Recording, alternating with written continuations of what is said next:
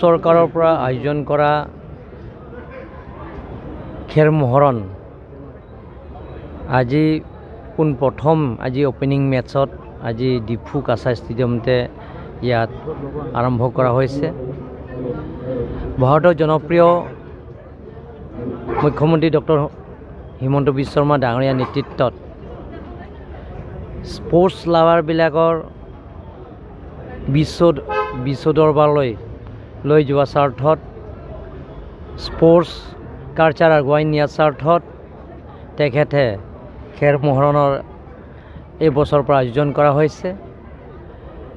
Total participants Karbi আংলঙৰ পৰা 71 পাঁচটা ইভেণ্টছ আছে।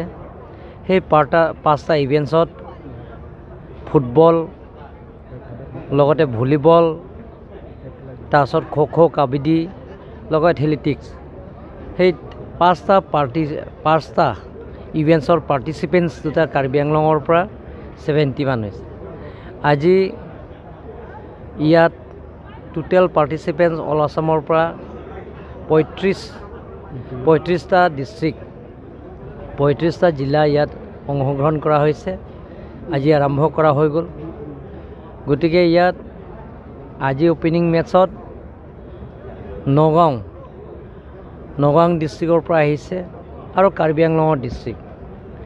এতিয়া বৰ্তমানলৈকে ফাৰ্ষ্ট হাফৰ আগলৈকে কাৰ্বি আংলঙৰ 1 গ'ল পৰা আগবাঢ়ি গৈ আছে আৰু নগাঁও 0 হৈ আছে।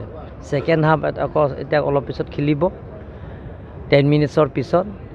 এনেধৰণৰ অসমত sports culture doctor Himanta Biswa Sarma ডাঙৰীয়াই আগুৱাই গৈ লৈ আছে আৰু যিমানখিনি পাৰ্টিচিপেণ্টছ ইভেণ্টছবিলাক 50জনমান ছিলেকশ্যন হ'ব। সেই 50জনৰ ছিলেকশ্যনৰ যিবিলাক হ'ব তেওঁলোকে গুৱাহাটী গৈ তেওঁলোকৰ ট্ৰেইনিং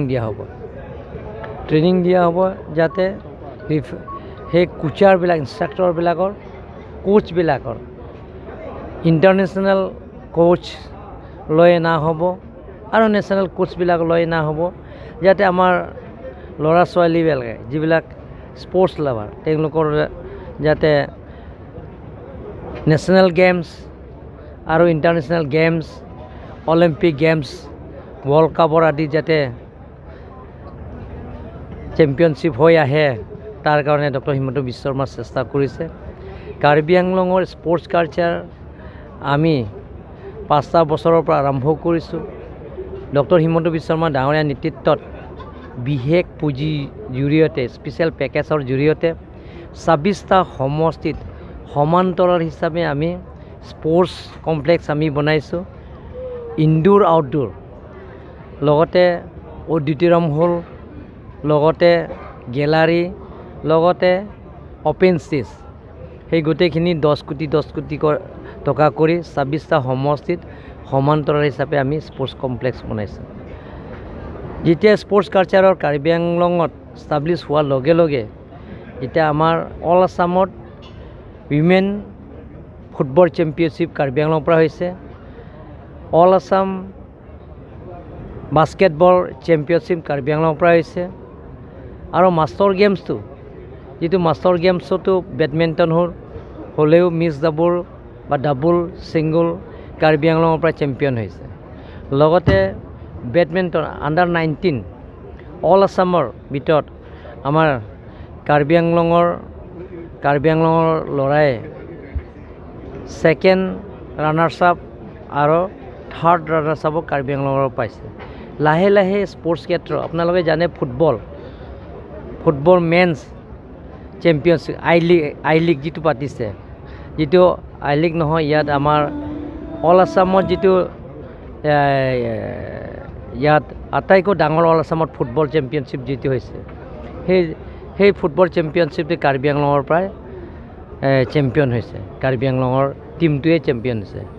এনেধৰণৰ আমাৰ কাৰ্বি আংলঙৰ যেতিয়া স্পৰ্টছ কালচাৰ আহিছে, বন কালচাৰটো নাইকিয়া হৈছে।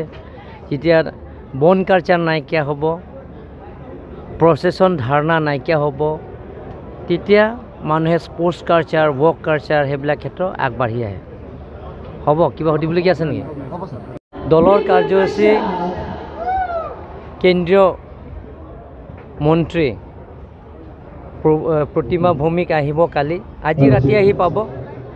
কালি আমাৰ দলৰ কাৰ্যকৰ্তাসকলৰ লগত আলাপ আলোচনা কৰিব, যাতে আগন্তুক লোকসভা নিৰ্বাচনত তৃতীয়বাৰ কাৰণে নৰেন্দ্ৰ মোদী ডাঙৰীয়াক প্ৰধানমন্ত্ৰী বনোৱাৰ স্বাৰ্থত অমৰ সিং টিছো ভাৰতীয় জনতা পাৰ্টীৰ পৰা প্ৰদান কৰিছে।